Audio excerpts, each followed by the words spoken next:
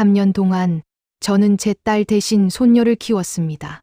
아침 첫 차를 타고 밤늦게 막차를 타고 밥하고 빨래하고 설거지하고 기저귀 갈고 열나면 밤새 얼음주머니 바꿔가며 지켰죠. 그러다 손녀 생일날 작은 케이크 하나 들고 딸 집 앞에 섰던 날이 있습니다. 문은 열렸지만 저는 그 집에 들어갈 수 없었습니다. 그날 사위가 제게 했던 한마디. 어머님, 솔직히 저희 입장에선 좀 불편합니다. 그 말을 들은 순간 제 3년이 한 번에 무너져 내렸습니다. 이야기가 계속되기 전에 구독과 좋아요 부탁드립니다. 저는 올해 66살, 이름은 박영숙입니다. 남편은 몇 년 전에 먼저 떠났고 아들은 외국에 나가 살고 딸 하나, 아들 하나 키워 다 시집장가 보낸 평범한 엄마였습니다. 남편 보내고 나서는 아침에 눈을 떠도 할 일이 딱히 없었어요. 시장에 가서 필요 없는 반찬 거추장스럽게 많이 사오고 혼자 먹다 남은 밥을 랩에 싸서 냉장고에 넣었다가 며칠 뒤에 상해서 버리기를 반복했죠. 그렇게 하루하루가 그냥 넘어가던 어느 날 휴대폰이 울렸습니다.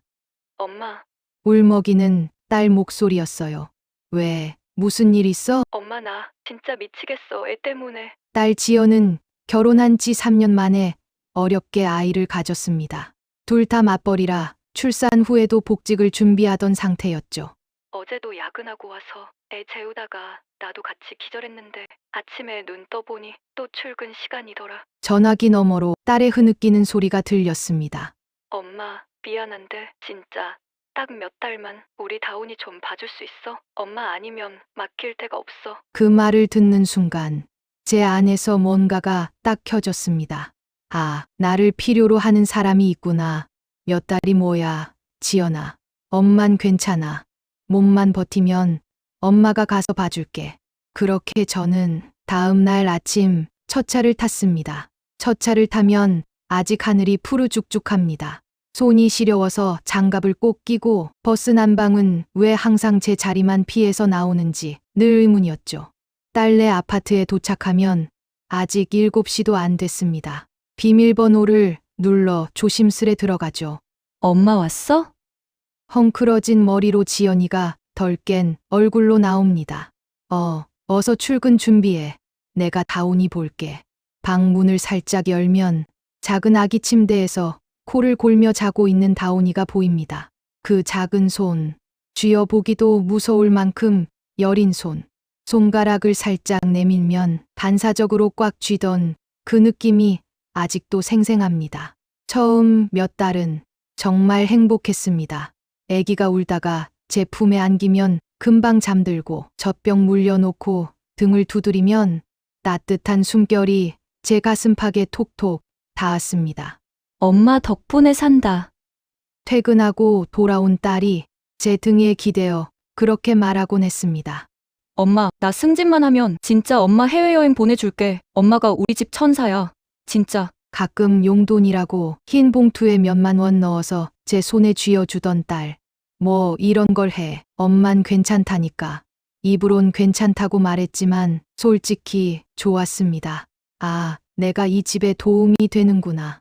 그 생각 하나로 허리가 끊어질 듯 아픈 것도 기저귀 냄새도 다 견딜만 했습니다. 사위 민호는 첫인상은 나쁘지 않았습니다. 과묵하고 예의 바른 편이었죠.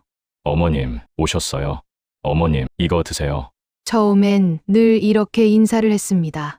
그런데 어느 날부터인가 뭔가 조금씩 달라지기 시작했습니다. 저녁을 차려놓고 밥 먹어요 하고 부르면 저 피곤해서요. 나중에 먹을게요. 방문을 닫고 들어가 버리는 일이 잦아졌습니다. 처음엔 그럴 수도 있겠다 싶었습니다. 요즘 젊은 사람들 혼자만의 시간이 필요하다잖아요. 그러다 어느 날 빨래를 개고 있는데 민호가 화장실을 가다가 제 손을 보더니 말했습니다. 어머님은 원래 수건 이렇게 계세요. 순간 가슴이 쿡 하고 찔렸습니다. 왜? 이상해? 아니요, 괜찮아요. 입으론 괜찮다고 했지만 그날 저녁 딸과 사위 방에서 들리는 작은 말소리들이 제 귀에 자꾸만 걸렸습니다. 그러니까 우리 방식이 있는데. 어쩌겠어, 엄마가 봐준다는데. 무슨 얘기를 하는지는 정확히 들리지 않았지만 제가 없는 듯 없는 사람이 된 느낌이 들었습니다. 그날도 다온이를 재워놓고 설거지를 다 마친 후였습니다. 딸이 뜸을 들이더니 조심스럽게 말을 꺼내더군요. 엄마, 응? 엄마, 혹시 민호가 요즘 좀 무뚝뚝하다고 느끼지 않았어? 애써 웃으며 대답했습니다. 에이, 요즘 회사가 바쁘다며. 남자들이 다 그렇지 뭐. 그런데 딸의 표정은 웃는 얼굴이 아니었습니다. 엄마, 솔직히 말해도 돼? 순간 가슴이 철렁 내려앉았습니다. 왜 뭐가? 민호가 집에 사람이 계속 있는 게 좀 부담스럽다고 하더라. 집에 사람이? 자기도 회사에서 사람들 만나고 집에 와서는 좀 쉬고 싶은데 엄마가 하루 종일 집에 계시니까 자기 생활 패턴이랑 안 맞는다고. 그 말을 듣는 순간 얼굴이 화끈 달아올랐습니다. 아, 내가 손님인가? 그러면서도 애써 웃으며 물었습니다. 그럼 나보고 어쩌라는 거야? 지연은 저를 똑바로 보지 못한 채 말했습니다. 아니, 그게 아니고 엄마가 너무 고생하시는 것도 그렇고 다온이도 이제 어린이집 다닐 거고 이제는 우리가 좀 알아서 해볼까 해서. 그제야 알았습니다. 이제 나가 달라는 거구나. 그 자리에서 울면 지연이가 더 힘들어할까봐 저는 일부러 밝게 웃었습니다. 그래, 지연아. 엄마도 허리가 요즘 많이 아프더라. 이젠 그만해야지. 너네도 둘이서 살아봐야지. 입술이 떨려서 말이 자꾸 끊겼지만 끝까지 웃으려고 애썼습니다. 그날 이후로 제 하루는 갑자기 텅 비어버렸습니다. 아침 6시에 눈을 떠도 버스를 탈 일이 없었습니다. 어제까지는 다운이 젖병을 소독하느라 물을 끓이던 시간이 이제는 텅 빈 부엌에서 전자레인지 시계만 깜빡거리고 있었습니다. 휴대폰을 보면 예전에는 엄마 오늘 뭐 먹었어? 다온이 사진 보낼게. 톡이 수시로 왔는데 이젠 며칠이 지나도 아무 연락이 없었습니다. 제가 먼저 보내기도 애매했습니다. 잘 지내지? 라고 쓰다가 지웠습니다. 다온이는 잘 자지? 라고 쓰다가 또 지웠습니다. 혹시나 방해가 될까봐, 혹시나 또 부담스럽다는 소리를 들을까봐 그냥 아무것도 보내지 못했습니다. 그러던 어느 날 달력을 보다가 문득 깨달았습니다. 아, 오늘 다온이 생일이네. 처음 집에 왔을 때 저만 한 이불 속에 파묻혀 고슴도치처럼 웅크려 자던 아이가 벌써 4살이 되었더군요. 저도 모르게 외투를 걸치고 나섰습니다. 그래, 그냥 얼굴만 보고 올까? 큰 선물도 말고 그냥 작은 케이크 하나만 들고 동네 빵집에서 작은 딸기 케이크 하나를 샀습니다. 생일 축하해, 다온아. 연필로 큼지막하게 쓴 작은 카드도 하나 샀습니다. 케이크 상자와 카드를 들고 버스를 타고 전과 똑같은 길을 달려 딸네 아파트로 갔습니다. 현관 앞에 서니까 이상하게 심장이 벌렁벌렁 뛰었습니다. 민호는 회사 갔겠지? 지연이는 오늘 쉬는 날인가? 아니야, 그냥 다온이 축하해주고 금방 올 거야. 금방. 초인종을 눌렀습니다. 잠시 후 문이 열렸습니다. 그런데 문틈 사이로 나오는 사람은 지연이가 아니라 민호였습니다. 어머님. 민호의 얼굴은 굳어 있었습니다. 저는 최대한 환하게 웃으며 말했습니다. 민호야. 오늘 다온이 생일이잖아. 케이크 하나 사가지고 왔어. 시간 많이 안 잡아.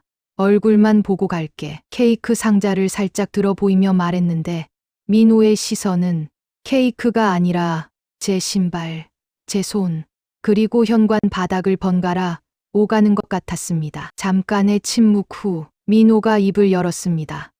어머님, 응? 다음부터는 미리 연락 주세요.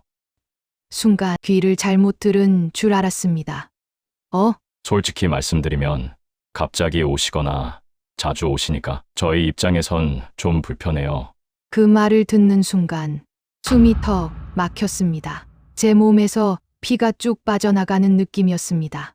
겨우 입을 떼어 물었습니다. 그래, 내가 불편해? 민호는 제 눈을 똑바로 보지 못한 채 현관 바닥을 보며 말했습니다. 그러니까 요즘은 우리끼리 생활 패턴을 맞춰가고 있는 중이라 어머님이 예고 없이 자주 오시는 건 좀 그 뒤는 잘 들리지 않았습니다. 자주 오다니 그 말이 머릿속을 계속 맴돌았습니다. 손에 들고 있던 케이크 상자가 갑자기 너무 무겁게 느껴졌습니다. 문틈 사이로 거실이 살짝 보였습니다. 소파 한쪽에 앉아 있는 지연이 보였습니다. 분명 저를 봤을 텐데 눈을 마주치지 않았습니다. 그냥 고개를 숙이고 있었습니다. 그 모습에 제 마음이 쿵 하고 내려앉았습니다. 아, 얘도 다 알고 있었구나. 그 순간 저는 알게 되었습니다. 나는 이 집에서 이제 반가운 손님이 아니라는 것을, 불편한 존재가 됐다는 것을. 케이크 상자를 조심스럽게 바닥에 내려놓았습니다. 마치 폭탄이라도 내려놓는 것처럼 손이 덜덜 떨렸습니다. 그래, 알겠다. 내가 미리 연락 안 하고 온 건 잘못이네. 케이크는 그냥 다운이 주라. 억지로 웃는 척하며 말했습니다. 목이 너무 타서 말이 잘 나오지 않았습니다. 뒤에서 작은 발소리가 쿵쿵 들렸습니다. 할머니 왔어? 다운이 목소리였습니다. 문틈 사이로 분홍색 원피스를 입고 머리를 양갈래로 묶은 다운이가 뛰어나오려는 게 보였습니다. 본능적으로 저도 뒤를 돌아봤습니다. 다온아, 잠깐만. 민호가 서둘러 아이를 잡았습니다. 지금은 아빠가 얘기 중이야. 다온이 눈과 제 눈이 딱 마주쳤습니다. 그 짧은 순간 다온이가 소리쳤습니다. 할머니! 손을 뻗으려다 민호 손에 잡힌 채 발만 동동 구르고 있었습니다. 더 보고 있으면 제가 울 것 같았습니다. 나 간다. 그 말만 남기고 저는 뒤돌아서 계단 쪽으로 걸어 나왔습니다. 뒤에서 다온이가 부르는 소리가 희미하게 들렸던 것 같습니다. 할머니, 가지마! 그 소리가 계단을 내려가는 제 발걸음을 여러 번 붙잡았습니다. 그래도 멈출 수는 없었습니다. 멈추는 순간 그 자리에서 무너져 내릴 것 같았으니까요. 집에 돌아오니 집 안은 더 싸늘하게 느껴졌습니다. 외투도 벗지 않고 그냥 의자에 털썩 주저앉았습니다. 손에 남은 케이크 상자의 느낌이 아직도 사라지지 않는 것 같았습니다. 문득 휴대폰을 켰습니다. 사진첩에는 3년 동안 찍어둔 다온이 사진이 가득했습니다. 처음 뒤집기를 성공했을 때, 처음 걸음마를 떼었을 때, 처음 할머니라고 불렀을 때, 그 모든 순간마다 제 웃음소리가 사진 밖으로 튀어나올 것 같았습니다. 그런데 오늘은 그 사진들이 제게 이렇게 물어보는 것 같았습니다. 그래서 넌 무엇이었니? 나는 이 집에서 뭐였을까? 보모였나? 가사도우미였나? 그냥 필요할 때만 부르는 임시 인력이었나? 3년 동안 아픈 허리를 붙잡고 이 집을 위해 했던 모든 일들이 한 장면 한 장면 떠올랐습니다. 열이 펄펄 끓던 밤, 다온이의 이마에 대고 기도하듯 얼음주머니를 바꿨던 손, 딸이 회식으로 늦는다고 하면 늦은 밤까지 기다리며 밥을 덮어두던 손, 명절이라고 사위 부모님 집에 가기 전에 딸과 사위 옷을 다림질해 놓던 손, 그 손이 이젠 불편한 손이 되었구나. 문득 눈물이 뚝 떨어졌습니다. 내가 뭘 그렇게 잘못했지? 그날 밤 그 질문만 몇 번이고 스스로에게 던졌습니다. 얼마나 울었는지 모르겠습니다. 눈이 퉁퉁 부은 채로 새벽녘이 되어서야 조금 진정이 되었습니다. 창밖을 보며 혼잣말처럼 말했습니다. 그래, 헌신은 기억되지 않는 거구나. 사람이란 게 처음엔 조금만 도와줘도 고마워하고 감동하고 그러다 그 도움이 당연해지는 순간이 오면 이제는 조금만 안 해줘도 섭섭해하고 심지어 그 존재 자체가 불편해지기도 하는 거구나. 내가 그 선을 지키지 못했구나. 불쌍한 건 지연이나 민호가 아니라 저 자신이었습니다. 저는 제 삶의 모든 시간을 아이 돌보고 남편 뒷바라지하고 자식들 키우는 데 다 썼습니다. 그러면서도 이게 엄마의 행복이지. 스스로를 위로해 왔습니다. 그런데 남편도 떠나고 애들도 다 커서 떠나고 나니 남은 건 나 한 사람뿐이었습니다. 그 나라는 사람에게 저는 아무것도 해준 게 없었습니다. 그 사실이 갑자기 너무 서럽게 느껴졌습니다. 그날 새벽 저는 처음으로 제게 이렇게 말했습니다. 이젠 나를 위해 좀 살아볼까? 다음 날 거울 앞에 서서 제 얼굴을 한참 바라봤습니다. 주름도 늘고 머리카락도 희끗희끗해졌지만 눈빛만큼은 아직 완전히 죽지 않았더군요. 그래, 지금이라도 늦지는 않았겠지? 동네 구청에 붙어 있던 문화센터 안내문이 생각났습니다. 스마트폰 기초반, 실버 요가, 수채화 교실, 여행 토크 모임. 평소 같았으면 그냥 지나쳤을 글자들이 그날따라 제 이름을 부르는 것 같았습니다. 그날 바로 구청으로 갔습니다. 저 스마트폰 배우는 것도 신청할 수 있나요? 처음엔 손이 덜덜 떨렸습니다. 하지만 접수해주는 직원이 그럼요. 어르신 너무 잘 오셨어요.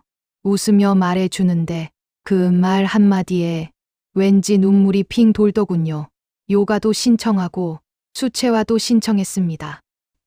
그래, 이제는 내 몸, 내 마음을 위해 뭔가 해보자. 처음 요가 수업을 들으러 갔을 땐 온몸이 삐걱삐걱 소리를 내는 것 같았습니다. 그래도 같이 수업 듣는 다른 어르신들과 웃으면서 움직이다 보니 집에만 있을 때와는 다르게 몸이 조금씩 풀리는 게 느껴졌습니다. 수채화 수업에서는 선생님이 물었습니다. 어르신, 그리고 싶은 게 뭐예요? 잠시 고민하다가 저는 말했습니다. 바다요. 바다요? 네. 남편이랑 아이들 어릴 때 데리고 갔던 그 바다요. 연필로 서툰 파도를 그리고 물감을 묻혀 색을 칠하면서 나는 누군가의 엄마이기 전에, 누군가의 아내이기 전에 그냥 나였던 시절을 조금씩 떠올리게 되었습니다. 그렇게 몇 주가 지난 어느 날 지연에게서 전화가 왔습니다. 엄마 뭐해? 예전 같았으면 아무것도 안 하지 뭐 라고 대답했을 겁니다. 하지만 그날은 조금 다르게 말해보고 싶었습니다. 나? 요가 갔다가 지금은 그림 그리다 말고 쉬고 있지. 요가? 그림? 지연의 목소리가 조금 놀란 것 같았습니다. 응, 이제는 나도 내 몸 좀 챙기려고. 잠시 침묵이 흘렀습니다. 전화를 통해서도 그 침묵이 느껴졌습니다. 엄마, 지연이 조심스럽게 말했습니다. 엄마 많이 서운했지? 그제야 그날 현관 앞에서의 일이 지연의 머릿속에도 계속 남아 있었구나 하는 생각이 들었습니다. 서운했지. 저는 솔직하게 말했습니다. 근데 그 서운함이 지금은 좀 달라졌어. 달라졌다고? 응. 예전엔 왜 나를 이렇게 대할까? 그게 서러웠는데 이제는 내가 나를 이렇게까지 뒷전으로 밀어놨었구나. 그게 더 서러워. 지연이 아무 말도 하지 못했습니다. 지연아. 응. 너도 민호도 다온이도 중요하지. 엄마가 얼마나 사랑하는지 알지? 근데 이제는 엄마 삶도 조금은 중요했으면 좋겠다. 조용하던 지연이 그제야 훌쩍이며 말했습니다. 엄마, 미안해. 그 말에 이상하게도 이젠 예전처럼 눈물이 쏟아지지 않았습니다. 그냥 잔잔한 물결처럼 마음이 출렁일 뿐이었습니다. 시간이 조금 더 흐른 후 지연이 조심스럽게 제게 제안했습니다. 엄마 우리 한 달에 한 번씩 토요일에 같이 밥 먹을까?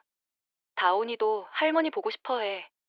이전에 저였다면 그래, 그럼 내가 집에 가서 또 밥할까? 라고 말했을 겁니다. 하지만 이번엔 조금 다르게 말해봤습니다. 아니, 이번엔 밖에서 보자. 동네에 애들이랑 같이 가기 좋은 파스타 집 하나 알아놨거든. 그렇게 처음으로 손주를 봐주러가 아니라 손주와 함께 놀러가는 자리가 생겼습니다. 식당에서 마주 앉은 다온이는 여전히 천사 같았습니다. 할머니, 이거 같이 먹어. 자기 접시에 있던 감자튀김을 제 접시 위에 올려주면서 웃었습니다. 그 모습을 보니 문득 이런 생각이 들었습니다. 그래, 이 아이 앞에서까지 내 상처를 계속 붙잡고 있을 필요는 없지. 민호도 예전보다는 조금 부드러워진 표정이었습니다. 어색하지만 물었습니다. 어머님, 요즘 잘 지내세요? 예전 같았으면 그 질문에 속으로 이제 와서? 라는 말이 먼저 떠올랐겠죠. 하지만 저는 그냥 웃으며 말했습니다. 응, 이제야 좀 내 삶을 사는 것 같네. 그리고 마음속으로 한마디를 덧붙였습니다. 그러니 너희도 너희 삶을 잘 살아라. 집으로 돌아오는 길, 버스 안에서 저는 이렇게 중얼거렸습니다. 사랑은 붙잡는 게 아니라 서로의 삶을 존중해 주는 거구나. 이 영상을 보시는 누군가도 어쩌면 저와 비슷한 시간을 견디고 계실지 모릅니다. 자식들 위해, 손주들 위해 남편 뒷바라지 하느라 자기 삶은 늘 나중으로 미뤄두고 사신 분들. 그러다 어느 날 문 앞에서, 식탁에서 혹은 휴대폰 문자 한 줄로 불편하다는 말을 들으신 분들. 저도 그랬습니다. 하지만 이제는 이렇게 말해 보려고 합니다. 헌신은 기억되지 않을 수도 있다. 하지만 나 자신에게만큼은 기억되게 할 수 있다. 이제라도 나를 위해 사는 법을 다시 배우고 있습니다. 요가를 하다가 삐끗해서 넘어질 때도 있고, 그림을 그리다가 바다를 그린다며 연못 같은 걸 그려놓기도 하지만 그 모든 순간이 이제는 제 삶의 페이지가 되어줍니다. 혹시 지금 이 순간에도 내가 뭘 그렇게 잘못했지? 스스로를 탓하고 계신 분이 있다면 오늘만큼은 그 질문 대신 이렇게 물어보셨으면 좋겠습니다. 나는 나에게 무엇을 해줬을까? 그리고 작은 것부터 하나씩 나를 위한 일을 시작해 보셨으면 합니다. 창문을 열고 햇볕을 쬐는 것, 따뜻한 차를 한 잔 끓여 마시는 것, 동네 문화센터 문 앞까지 한 번 걸어가 보는 것. 그 작은 발걸음이 우리 인생 후반부에 새로운 시작이 될지도 모릅니다. 저는 이제 더 이상 누군가의 집 문 앞에서 눈치를 보며 서 있지 않겠습니다. 제 삶의 문을 천천히 스스로 열어보려고 합니다. 이 이야기를 끝까지 들어주신 여러분, 부디 여러분의 삶에서도 여러분 자신이 주인공이 되시길 바랍니다. 고맙습니다.